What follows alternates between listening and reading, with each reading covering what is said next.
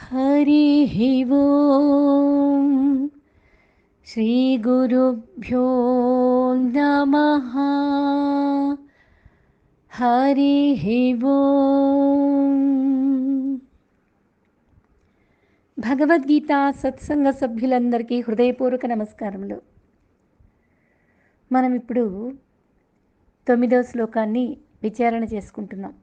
క్షేత్రజ్ఞ విభాగ యోగంలో 9వ శ్లోకాన్ని విచారణ చేసుకుంటున్నాం. అసక్తిరనభిష్వంగః పుత్రదారగృహాదిషు నిత్యం చ సమచిత్తత్వం ఇష్టానిష్టోపపత్తిషు. మనకి భగవంతుడు రెండు విధాలుగా, అంతఃకరణలో బాహ్యంలో రెండు విధాల, లోపల బయట అంత సాల్వ్ చేసి పెట్టేశాడు. ఎలాగంటే ఇంద్రియార్థేషు వైరాగ్యం, ఇంద్రియ విషయాలలో మనం వైరాగ్యాన్ని సంపాదించుకోవటం ఎలాగా దాన్ని నిగ్రహించాలి, అహంకారాన్ని ఎలా వదలకొట్టాలి అనేది, అంతరంలో జరగాల్సిందంతా కూడా ఎలా పోగొట్టుకోవాలి, ఎలాగ దాన్ని గమనించాలి, ఎలాగ గుర్తించాలి, ఎలా వదిలించుకోవాలి అంతా మనకి బోధ చేశాడు. తరువాత బాహ్యంలో ఈ జన్మ ఏమిటి, మృత్యువు ఏమిటి, జర ఏమిటి, వ్యాధి ఏమిటి, వీటన్నిటినీ కూడా, ఈ దుఃఖం ఏమిటి, ఎందుకు వచ్చింది, దోషం వల్ల కదా ఇవన్నీ వచ్చినాయి, ఆ దోషం ఏమిటి, అదంతా అజ్ఞానమే కదా, దానివల్లనే కదా ఇంత వచ్చింది అనేది అంతరంలో కూడా బాగా అర్థమైపోయింది. ఇప్పుడు 2 డోర్లు ఉంటాయి. భగవత్తత్వాన్ని మనం చేరుకోవాలి అంటే బాహ్యము, అంతరము, ఈ 2 మనకు అడ్డుగా ఉన్నాయి. ఈ 2 అడ్డుగా ఉన్నటువంటి 2 డోర్లు ఓపెన్ చేశావో ఇంకేముందండి, పూర్తిగా బయటపడినట్లే. 2 శుద్ధైపోయినాయి. బాహ్యంలో జరిగే వాటన్నిటిని గమనించేటటువంటి శక్తి నాకు ఇచ్చాడు. అంతరంలో ఇంద్రియ విషయాలతో ఎలా ఉండాలి, ఇంద్రియాలు నా మాట వినాలి, ఇంద్రియాలని బాహ్యంలోకి ఇష్టం వచ్చినట్లు పంపించను. కాబట్టి వాటి విలువేంటో తెలిసింది, ఈ శరీరం ఎందుకు వచ్చిందో తెలిసింది, ఈ రెండింటినీ నాకు క్లారిటీ వచ్చింది. కాబట్టి నేను వాటి విషయంలో ఇంకా పొరపాటు పడను. 2 డోర్లు చక్కగా ఓపెన్ చేశాను. ఇంకా నేను మళ్ళీ అంతరంలో కానీ బాహ్యంలో కానీ ఇంకా వేరే దృష్టి రానివ్వను అని చెప్పేసి ఈ సాధనలన్నీ చెప్పి, ఇప్పుడు 9వ శ్లోకంలో ఇంకా కొన్ని సాధనలు చెప్తున్నాడు. చూడండి, ఏమిటా సాధన అంటే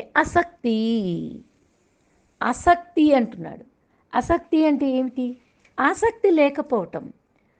మనకి ఈ విషయాన్ని, బాహ్య విషయాల్లో ఆసక్తి లేకుండా ఉండడం అనేది అనేక సార్లు చెప్పి, మళ్ళీ సాధనా దశలో ఉన్నప్పుడు నువ్వు ఎట్లున్నావో గమనించుకో.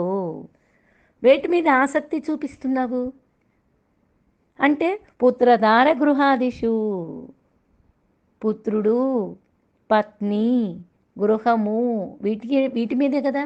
నాది, నా వాళ్ళు, నేను, వీటితోనే సతమతమైపోతున్నాడు జీవుడు. ఎంతవరకు ప్రాధాన్యత ఇవ్వాలో బాహ్యంలో వాళ్ళకి అంత ప్రాధాన్యత ఇచ్చి తీరాల్సిందే. నీకు బాధ్యతగా భార్య, భర్త, పిల్లలు, కుటుంబము, ఇల్లు అన్నీ కావాల్సిందే. అన్నిటినీ బాధ్యతగా స్వీకరించాల్సిందే. ఇంకా బాధ్యతగా స్వీకరించినా ఇంకా మనస్సు ప్రలోభపడుతుంది, వాటి మీదే అనురక్తి చూపిస్తుంది, ఆసక్తి కనపరుస్తుంది అన్నప్పుడు భగవంతుడిని శరణు వేడు. నాయనా, ఈ పాత్ర ఎంతవరకు చెయ్యాల్సిందో అంతవరకు చేసింది, ఇంకా నా వల్ల కాదు, నువ్వే వీటికి దిక్కు, నువ్వే రక్షణ ఇవ్వాలి. ఈ పాత్ర పోషణ ఇంతవరకే సాగింది, మిగతాదంతా కూడా నువ్వే అని శరణాగతి చేయగలిగేటటువంటి స్థాయి నీకుందా? ఇంకా ఏమేమో పోగెయ్యాలనే ఆలోచన ఉంది, ఇంకా ఎవరినో బాగు చేయాలనే ఆలోచన ఉంది, నీకు నువ్వు బాగుపడాలనే ఆలోచన నీకెప్పుడు వస్తుంది? కుటుంబంలో వాళ్ళనే, బాహ్యంలో ఇంకా ఎక్కడికో ప్రపంచంలోకి కాదు, కానీ నీ కుటుంబంలో అయినా సరే ఎంతవరకు నువ్వు అందరినీ చూసుకోగలవు, అందరి బుద్ధిని ఎలా మారుస్తావు? అందరి మనస్సుని ఎలా పరివర్తన తెప్పిస్తావు? అదంతా అయ్యే పని కాదు. ఇంకా నేను వాళ్ళని సంస్కరించాలి, ఇంకా వాళ్ళకి చదువులు సంస్కారాలు నేర్పించాలి, ఇవన్నీ ఎన్నో అనుకుంటావు.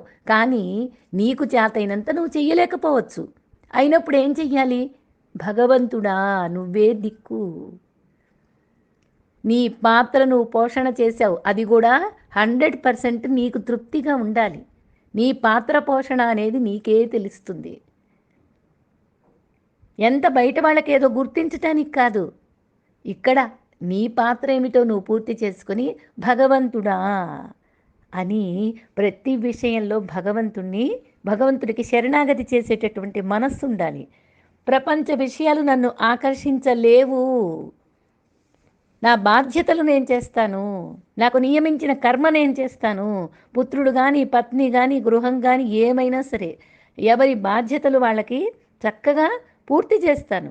కానీ దేనిలో కూడా ఆసక్తి లేకుండా ఉంటాను. అనభిష్వంగ అంటున్నాడు. అనభిష్వంగ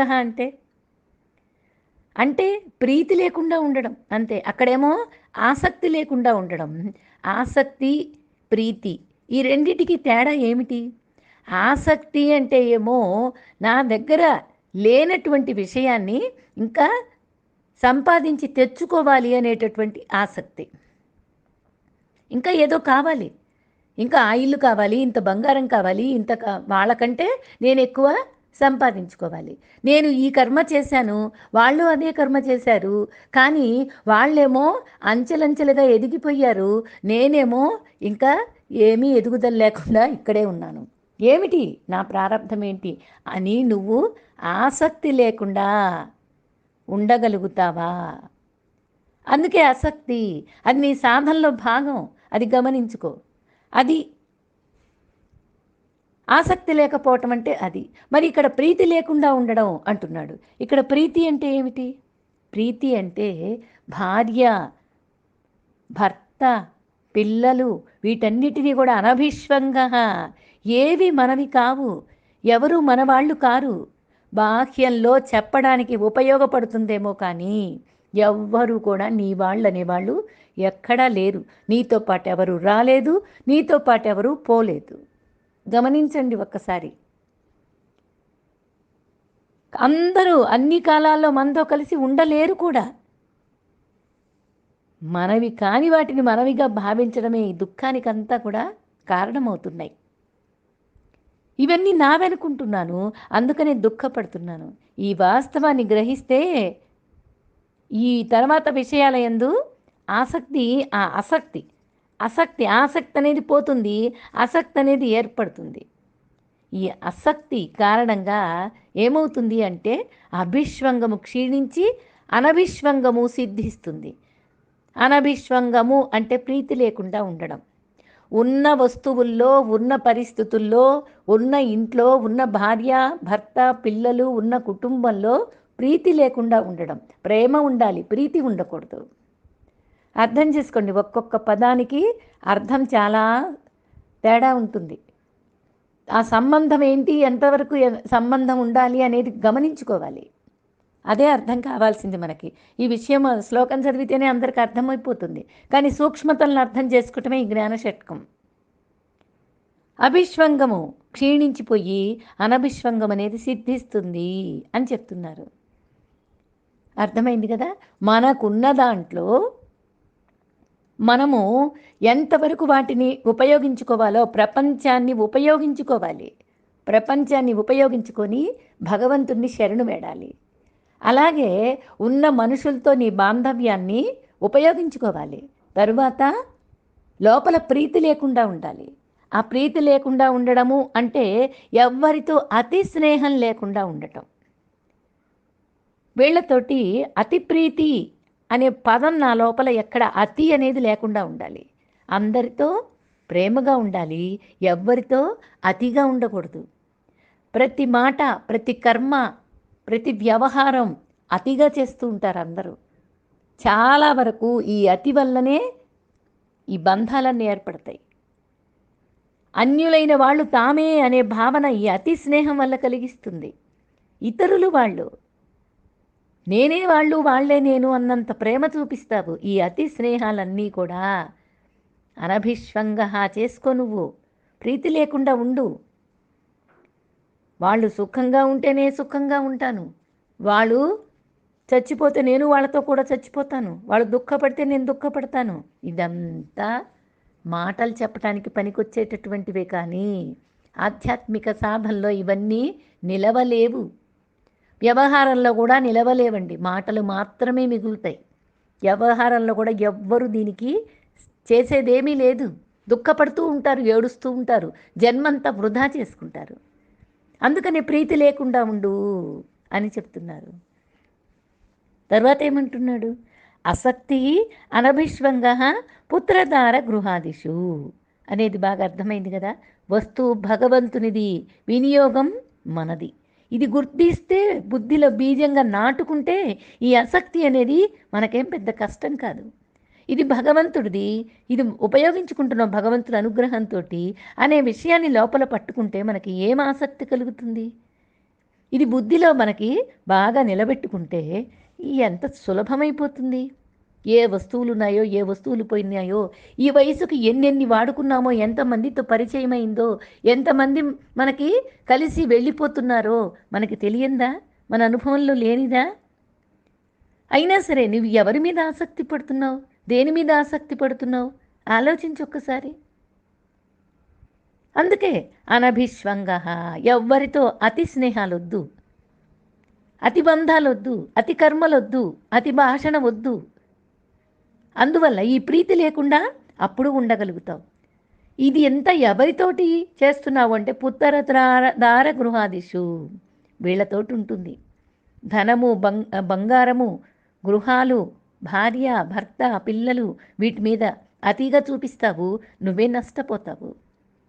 అయితే మరి ఎలా ఉండాలి అంటే నిత్యంత్య సమచిత్తత్వం అంటున్నాడు. ఏమిటది సమచిత్తం? చిత్తంలో సమభావన ఉండాలి. ఈ ఆసక్తి అనేది ఎలాగైతే బయట లోపల ఒకే విధంగా ఉందో వదిలేసాం.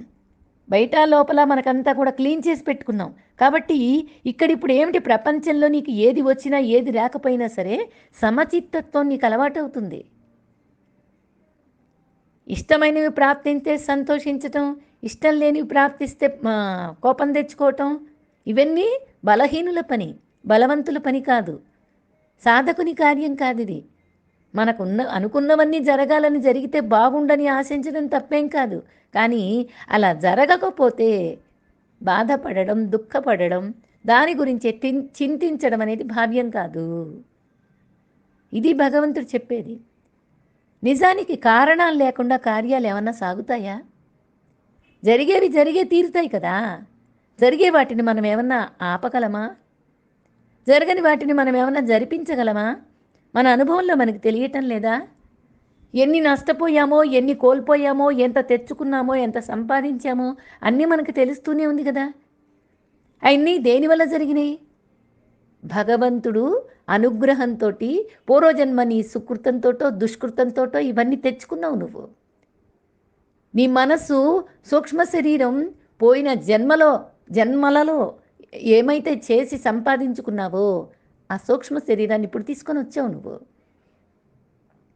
దానివల్లనే ఇప్పుడు మనకి జరిగిపోతూ ఉన్నాయి, జరగనివి జరగటం లేదు. రమణ మహర్షి వాక్ ఇది.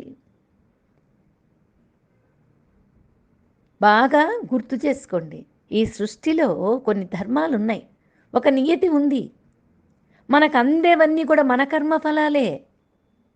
మనకు అందేవే కనిపిస్తాయి, కానీ మనం ఆచరించిన కర్మలు మనకు కనిపించవు.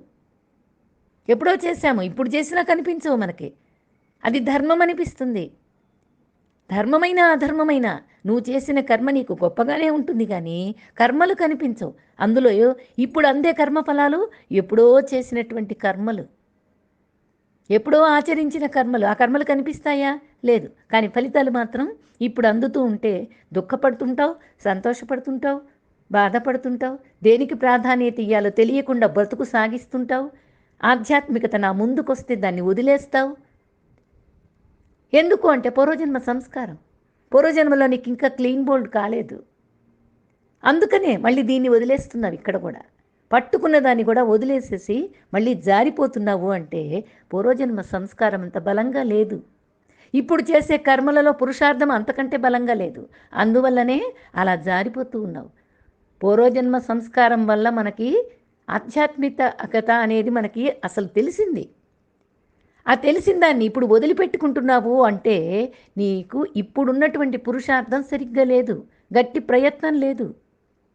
దానివల్లనే నీకు మనం చేసిన కర్మలు కనిపించకుండా ఫలితాలు మాత్రం కనిపిస్తూ ఇంకా దాని గురించి ఆలోచిస్తున్నావు.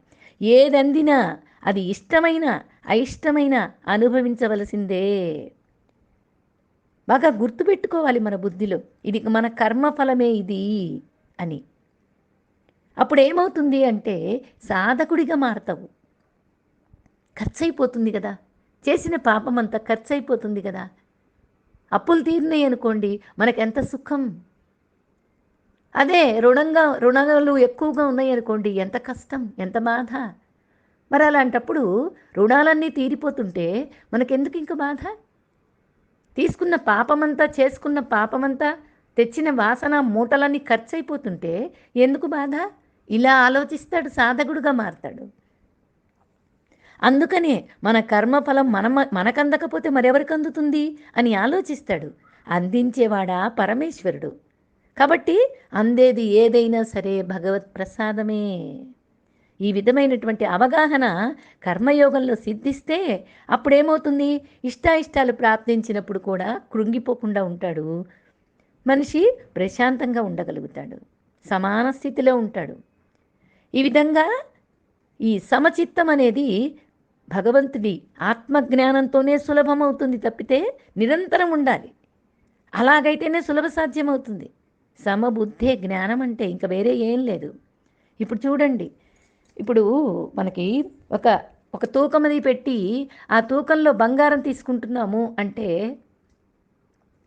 1 కేజీ బంగారం కొనాలి అంటే కేజీ రాయి దానిలో పెడతాడు, కేజీ బంగారం దీనిలో పెడతాడు. రాయి సమానమే, బంగారము సమానమే.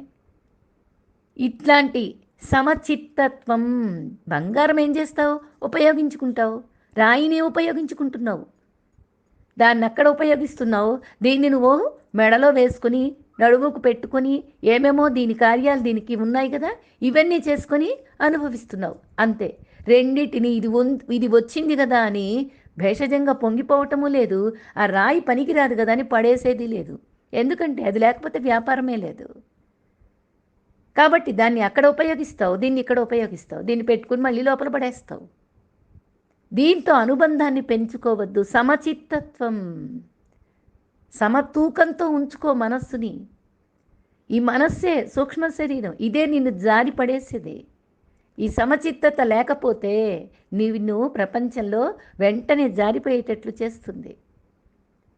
చూడండి, ఆ బంగారం అనేది ఈ ప్రీతికరగా ఉండటం అనేది సమచిత్తత్వం లేకపోతే మనిషి ఆధ్యాత్మిక ఉన్నతిని సాధించలేడు. అందుకనే దీని గురించి ఇంతగా చెప్తున్నాడు. అనుకున్నది అనుకున్నట్లు జరగాలి అంటే జరగదది. అనుకోకుండా ఉండడం అనేది ఉత్తమం, అంతే. ఏం జరుగుతుందో దాన్ని చూస్తూ ఉండడమే సమచిత్తత దృష్టి. తర్వాత ఏమంటున్నాడు? ఇష్టానిష్టోపపత్తిషు అంటున్నాడు. ఏమిటి ఇష్టము అయిష్టము? ఇంకా ఇష్టాయిష్టాలు ఉన్నాయా? మనం అనుకున్నట్లుగా సమచిత్తత్వం ఉంటే ఇష్టానిష్టోపపత్తిషు అని ఇంకేముంది?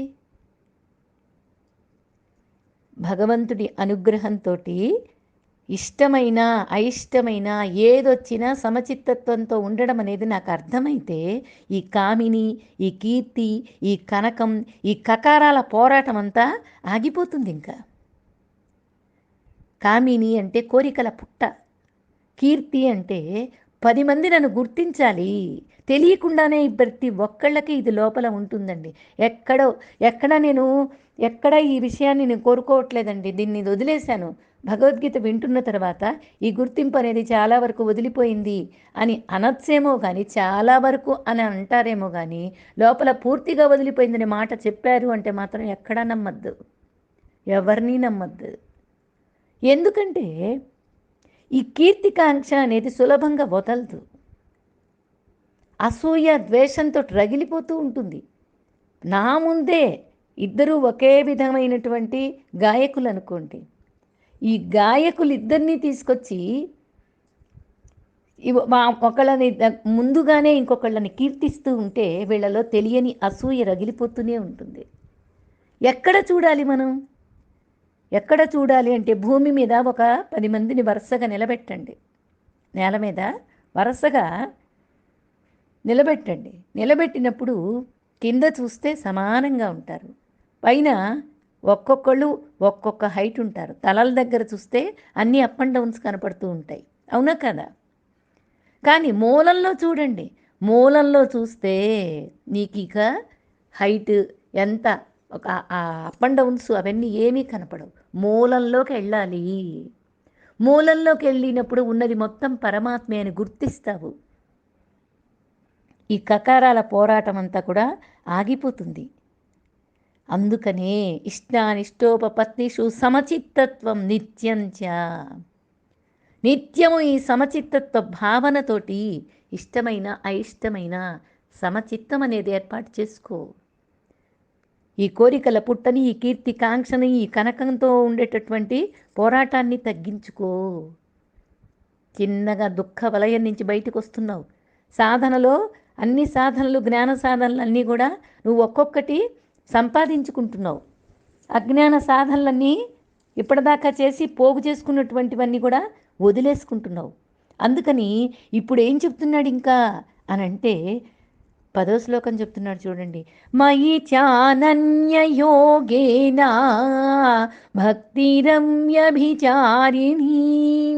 వివిక్తదేశసేవిత్వం అరతిత్యన సంసదీ. మయి అంటున్నాడు అంటే ఏంటి? పరమాత్మనైన నాయందు, నేనే పరమాత్మను, నాయందు చ అనన్యయోగేన, అనన్యయోగంతో అవ్యభిచారిణి, మార్పు లేని భక్తి. అవ్యభిచారిణి భక్తి, మార్పు లేని భక్తి. అలాగే ఇటువంటి సాధన నువ్వు చెయ్యగలగాలి. ముందు నాయందు అనన్య భక్తి బాగా పెంచుకుంటూ వెళ్ళాలి. నువ్వేం చేస్తావంటే మాటి మాటికి మారుస్తావు. ఇది చెప్పాడు భక్తి లక్షణాల్లో కూడా ఇదే చెప్పాడు. నువ్వు మాటి మాటికి అన్యభక్తిని చూపిస్తావు, దేవుళ్ళని మార్చేస్తావు, స్తోత్రాలు మార్చేస్తావు, పుణ్యక్షేత్రాలంటూ తిరుగుతావు. గంగానదీ స్నానాలు, నర్మదా నదీ స్నానాలు, కావేరీ పుణ్య క్షేత్రాలు ఏమేమో అన్నీ తిరుగుతూ నదుల్లో స్నానం చేస్తూ ఎంతో పుణ్యం సంపాదించాలని చూస్తావు. పుణ్యం సంపాదించుకుంటావు, భక్తి సంపాదించుకుంటావు. జ్ఞానము మరి మళ్ళీ జన్మల్లోకి పట్టడానికి నీకు ఇష్టమేనా? జన్మ పరంపర నీకు బాగుందా? దాన్ని అనుభవించైతే. కానీ నువ్వు సాధకుడి దాకా వచ్చావు ఇక్కడికి. అందుకని ఏం చెప్తున్నాడు అంటే అనన్య యోగం సంపాదించుకో. ఇది చాలా అవసరం. ఈ అనన్య యోగంతో భగవంతుడి యందు ఏమవుతుందంటే అకుంఠితమైనటువంటి భక్తి కలుగుతుంది. అదే జ్ఞానం అంటే. ఇక్కడ నామరూపాలు లేవు, ఉన్నది మొత్తం భగవంతుడే అనేటటువంటి బుద్ధిలో స్థిరపడిపోయింది. అదే అనంతము. భగవంతుణ్ణి పరమాత్మని మించినటువంటి దైవం లేదు, భగవంతుణ్ణి మించినటువంటి దైవం లేదు అని ఒక ఏది చెప్తావో అది నువ్వే అని అనిపించుకునే సాధన దాకా తెచ్చుకో. నామరూపాలు పెడతావా? పెట్టుకో. కానీ అదే దానికి మించింది ఇంకా లేదు అనుకో. ఒక గురువే దైవం అనుకుంటావా? ఆ గురువును మించింది లేదనుకో. నీకు ఆ గురువును మించి ఇంకొకళ్ళు కనపడితే వీళ్ళని వదిలేసి వాళ్ళని వెళ్ళిపోతావు. ఈ కోరిక ఇక్కడ, ఈ సాధన ఇక్కడ నేర్చుకున్నాను, ఈ గురువును వదిలేస్తావు, ఇంకో గురువుని పట్టుకుంటావు. ఈ దేవుణ్ణి వదిలేస్తావు, ఇంకో దేవుణ్ణి పట్టుకుంటావు. ఈ పుణ్యక్షేత్రాన్ని వదిలేస్తావు, ఇంకొకళ్ళని పట్టుకుంటావు, ఇంకో పుణ్యక్షేత్రం. ఈ శాస్త్రాన్ని వదిలేసేస్తావు, మళ్ళీ ఇంకొకటి నోములు వ్రతాలు ఇవి పట్టుకుంటావు. ఇదా కావాల్సింది? ఇది అనన్యమవుతుందా? అన్యభక్తికి ఇంకా ప్లూ స్టాప్ పెట్టు. ఇంకా కామాలు కాదు, ప్లూ స్టాప్ పెట్టేసి అనన్య భక్తితో ఉండు. వాసుదేవమయం చేసుకో. అప్పుడు నువ్వే ఉన్నది అనే విషయాన్ని నిశ్చయమైనటువంటి బుద్ధి నీకు ఏర్పడుతుంది. అదే కావాల్సింది. భక్తి వల్లనే భగవద్ అనుగ్రహం ప్రాప్తిస్తుంది. ఈశ్వర అనుగ్రహం వల్లనే నీకు జ్ఞానం కలుగుతుంది.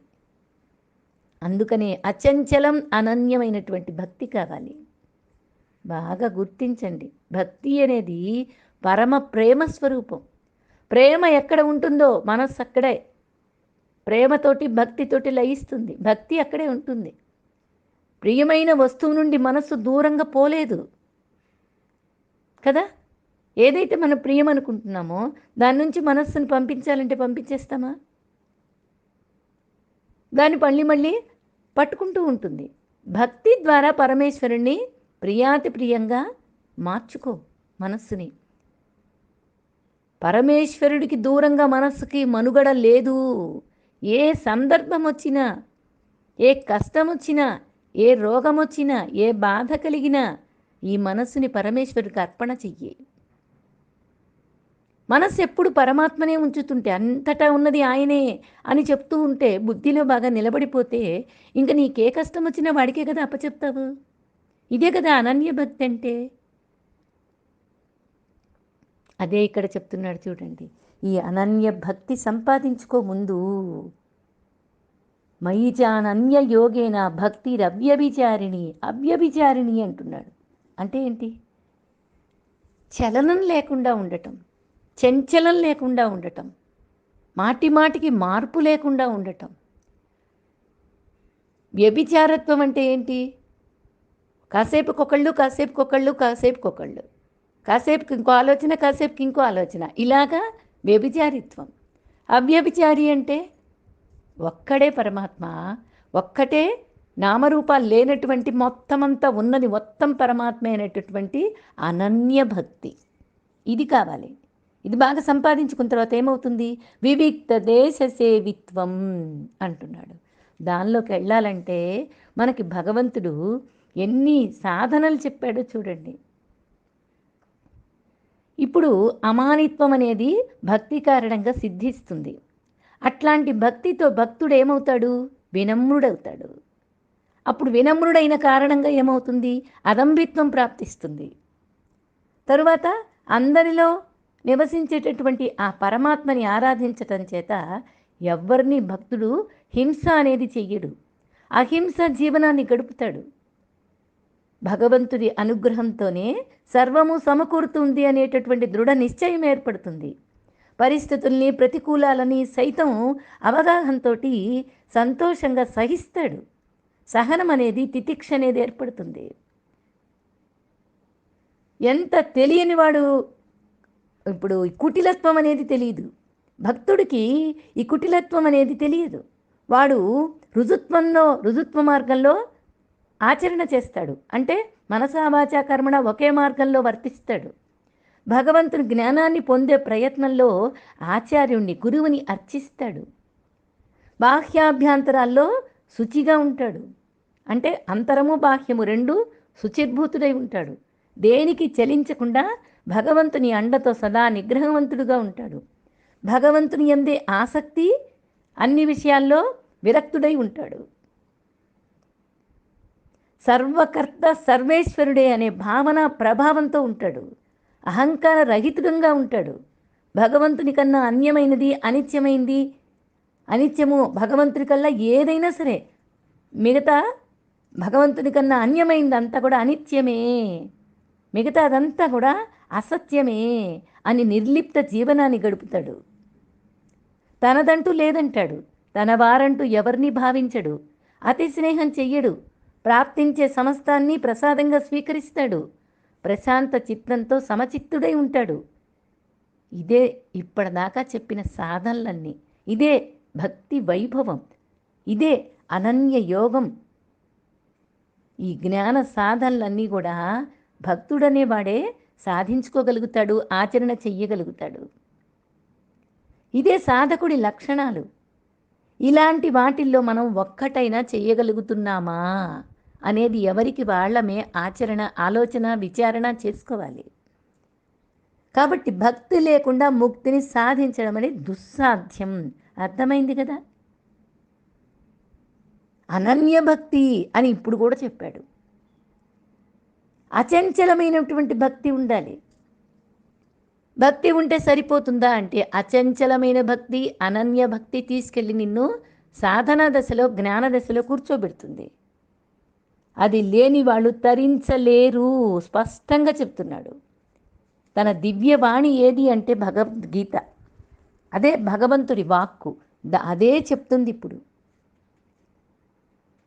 ఎంతవరకు నా యందు ప్రీతి కలిగి ఉంటారో అంతవరకు అనన్యంగా ఉంటారు. నా యందు ప్రీతి కలగదో అంతవరకు వాళ్ళు దేహ సంబంధంతోనే జన్మలు తీసుకుంటూ ఉంటారు. ముక్తి అనేది లభించదు. బాగా గుర్తుపెట్టుకోండి. ఇలాగా ప్రతి సాధనలో ఉన్నటువంటి వాడు ఏం చేస్తాడు అంటే వివిక్త దేశ సేవిత్వం అంటున్నాడు. ఏకాంత ప్రదేశంలో జీవించే అలవాటు చేసుకుంటాడు. ఆసక్తిని కలిగి ఉంటాడు. అలా అలవాటు చేసుకోవాలనే ఆసక్తి. వివిక్త దేశ సేవిత్వం. సాధకుడు తన సాధనను ఏం చేస్తాడంటే నిర్విఘ్నంగా కొనసాగించటానికి ప్రదేశం కూడా అనుకూలంగా చేసుకుంటాడు. నువ్వు కుటుంబంలో ఉండు, అన్ని పాత్రలు పోషించు, కానీ ఎప్పుడు కూడా కనీసం వారానికి ఒక్కరోజైనా సరే, అవకాశం లేకపోతే నెలకొక్క రోజైనా సరే ఏకాంత వాసం గడపటానికి ప్రదేశాన్ని ఏర్పాటు చేసుకో. ఆధ్యాత్మిక సాధనకు అనుకూలంగా ఉండాలి. ఏకాంతంగా ఉండాలి. ఏకాకి యత చిత్తాత్మ అని చెప్పాడు కదా భగవంతుడు. అంటే నీ మనస్సులో అనన్య చింతనతో ఉండేటటువంటి అవకాశాన్ని నువ్వే ఏర్పాటు చేసుకోవాలి. అవకాశాలు నాకు రావటం లేదండి అంటే రావు. అవకాశాలు రావు. నీకు రోగం వస్తే నిన్ను ఒంటరిగా ఒక రూమ్లో పడేసి లేదా ఐసీయూలో నిన్నొక్కడిని పడేసి ఏ బంధువులు నేను పట్టించుకోవడానికి చూడటానికి కూడా రానివ్వరు. ఎవరో తెలియని వాళ్ళు ఎవరెవరో వస్తూ ఉంటారు, ఎవరెవరో నీకు పొడుస్తూ ఉంటారు, ఎవరెవరో ట్యూబులు పెడుతూ ఉంటారు, వెళ్ళిపోతూ ఉంటారు. ఆ ఒంటరితనం నీకు బాగుందా? నువ్వు ఆరోగ్యంగా ఉన్నప్పుడే, నీ మనస్సు సాధన దశలో స్థిరంగా ఉండడానికి ఇష్టపడుతున్నప్పుడే నువ్వు ఇలాగ ఎందుకు ఏకాంతాన్ని కోరుకోవు? ప్రదేశం అనేది ఆధ్యాత్మిక సాధనలకి అనుకూలంగా ఉండాలి. అది అరణ్యమా, ఆశ్రమమా, ఎవరికి ఏది బాగుంటుందో, ఒక చెట్టు కిందన, ఒక పార్కులోన, ఒక చల్లటి ప్రదేశంలోన, ఎక్కడ కూర్చుంటావో ఒక దేవాలయంలోన ప్రశాంతంగా ఉండాలి, ఏకాంతంగా ఉండాలి. మనస్సు అన్య విషయాలకి వెళ్ళకుండా ఉండేటట్లుగా ఉండాలి. ఆ మనస్సు ఇప్పటిదాకా నువ్వు అంతర్ముఖ సాధనంతా ఇంత చేసావు కాబట్టి నీకు ఏకాంత ప్రదేశం అనేది నీకు శాంతినిస్తుంది, ప్రశాంతతనిస్తుంది. అందుకనే చెప్తున్నాడు ప్రదేశం అలా ఏర్పాటు చేసుకో. బాహ్య ఏకాంతము, ఈ అభ్యంతర ఏకాంతం అంటే లోపల ఏకాంతం. బాహ్యంలో జన సంసర్గం లేకుండా ఉండాలి. ప్రశాంతమైన ప్రదేశం, ఏకాంత ప్రదేశం కావాలి. అరణ్యమా, నదీ తీరమా, గుహల, సహజ ప్రదేశాలుగా ఉండాలి. ప్రయత్నం ద్వారా నువ్వు ఆ కార్యాన్ని సిద్ధించుకోవటానికి కొన్ని ప్రదేశాలు ఎత్తుక్కొని వెళ్ళాలి. అప్పుడే ఈ కుటుంబంలో నుంచి కొంచెమైనా బయటపడగలుగుతావు. తరువాత ఈ జన్మ పోతే వృధా అయిపోతుంది. దీన్ని గమనించుకో. మనస్సులో విషయ చింతనలు తగ్గించుకో. నిరంతరం పరమేశ్వరుని స్మరణలో ఏకాంతంగా ఉండడానికి ప్రయత్నం చెయ్యి. నిశ్చయ భక్తితో ఉండు. అసలైన ఏకాంతం అంటే అదే. ఇది జ్ఞాన సాధన. ఆలోచించుకో. అరతిర్జన సంసది అంటున్నాడు. అరతిర్జన సంసది అంటే ఏమిటి? దీనికి అన్యంగా ఏది ఉన్నా అదంతా అజ్ఞానమే అనేది బాగా తెలుసుకో. ఇష్టంని ఏకాంత ప్రదేశంలో చూసుకున్నావు అంటే ఇంకా మనుషులు తిరగనటువంటి ప్రదేశం. వివిక్త దేశ సేవిత్వం అరతిర్జన సంసది. రెండిటికి కలిపి ఇదే సమాధానం. అనన్య భక్తి కావాలి, ఏకాంత ప్రదేశం కావాలి, విషయాసక్తి లేనటువంటి మనుష్య సముదాయం కావాలి, వాటి మీద ఆసక్తి నీకు లేకుండా ఉండాలి. అవ్యభిచార భక్తి కావాలి. అనన్య యోగం కావాలి. పరమేశ్వరుడు నిన్ను నాయందే నువ్వు స్థితి కలిగి ఉండాలి. అప్పుడు సూక్ష్మ శరీర సాధన పూర్తయినట్టు లెక్క. లేకపోతే ఇంకా నీకు సాధనలు ఇంకా ఉన్నాయి. ఆ సాధన కూడా నీకు చెప్తాడు. మళ్ళీ వినటానికి సిద్ధంగా ఉందాం. ఇక్కడ ఇప్పుడు మనం ఈ సాధనలలో ఎక్కడైనా ఒక్కటైనా సరే సాధన చెయ్యగలుగుతున్నామా అనేది మనకి మనమే ఇంకా విచారణ చేసుకుంటూ ఇంకో 2 జ్ఞాన విషయాల్ని చెప్పి ముగించబోతున్నాడు భగవంతుడు. హరి ఓం. శ్రీ గురుభ్యో నమః. హరి ఓం.